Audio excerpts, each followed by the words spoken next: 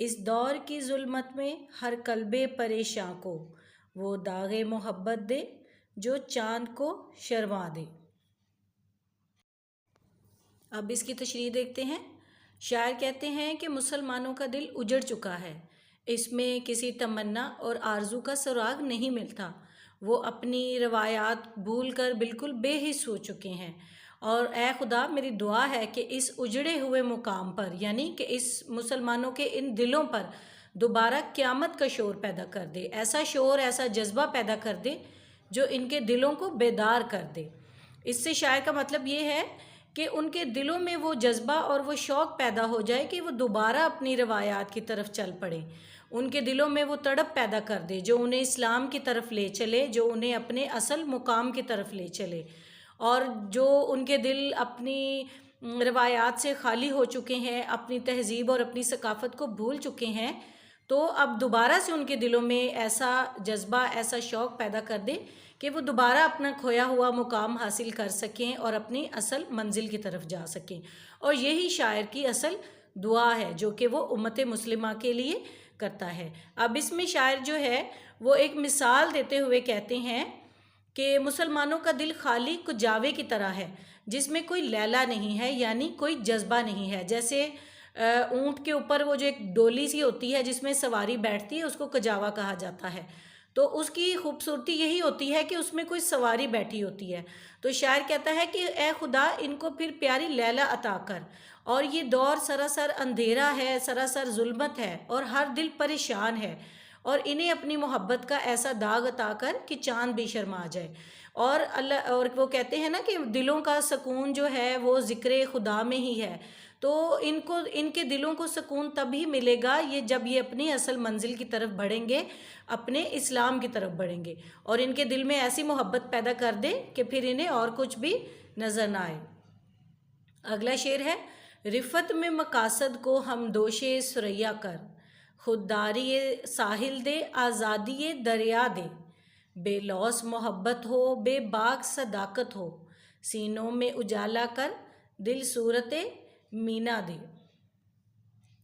جی، ان اشعار میں شاعر کہتے ہیں کہ اے خدا مسلمانوں کے مقاصد کو ایسی بلندی عطا کر کہ وہ آسمانوں تک پہنچ جائیں، ان میں دریا کے کنارے کسی خودداری اور دریا کا سا جوش پیدا ہو جائے، ان کی محبت ہر غرض سے پاک ہو، ان کی صداقت اور راست بازی کو کوئی طاقت نہ ڈرا سکے۔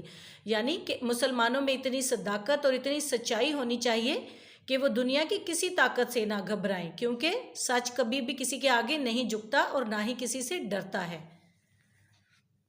اور اس کے علاوہ شاعر کہتے ہیں کہ اے خدا ان کے دل روشنی سے بھر دے، ان کے دل سے سراہی کے پانی کی طرح پاک صاف ہو جائیں۔ جس طرح ایک پانی کی سراہی ہوتی ہے بہت پاک صاف ہوتی ہے، تو اسی طرح میری امت مسلمہ کے دل جو ہیں وہ سراہی کے پانی کی طرح بالکل پاک صاف ہو جائیں، جن میں کوئی کھوٹ نہ ہو، کوئی دھوکہ نہ ہو، اور ان کے ظاہر اور باطن بالکل ایک کر دے۔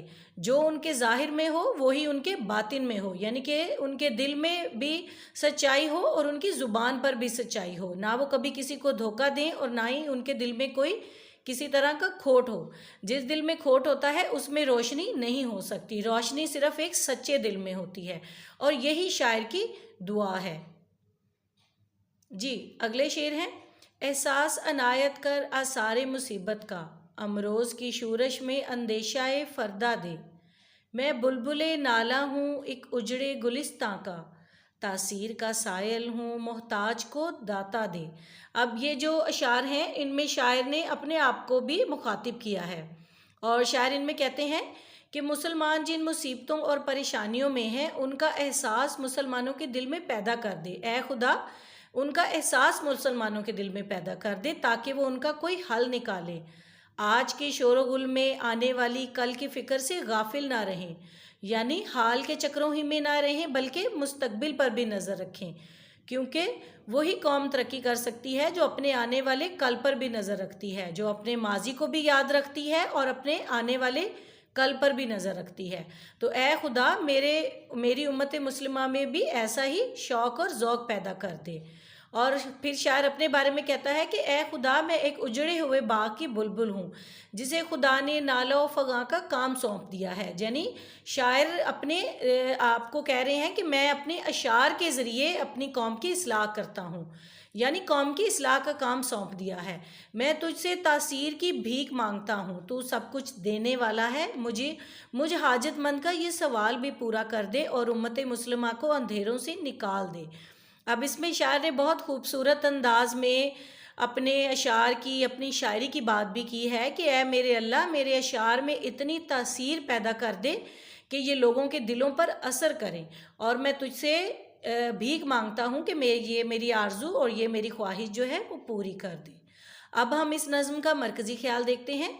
اس نظم میں شاعر امت مسلمہ کے لیے دعا مانگ رہے ہیں کہ اے خدا، مسلمانوں کو جذبہ ایمانی سے سرشار کر دے، ان کے حوصلے بلند ہوں اور یہ پھر سے اسلام کی طرف راغب ہو جائیں، اسلام کی سربلندی کے لیے تیار ہو جائیں اور پھر سے پوری دنیا ان کا عروج دیکھے، اور مسلمان پھر سے اپنے اخلاص اور اپنے اخلاق سے دنیا کی رہنمائی کرنے والے بن جائیں اور اپنا مستقبل تابناک بنا لیں، کیونکہ اللہ تعالیٰ نے مسلمانوں کو اس دنیا پر حکمرانی کے لیے پیدا کیا ہے. اور یہی اس نظم کا مرکزی خیال ہے.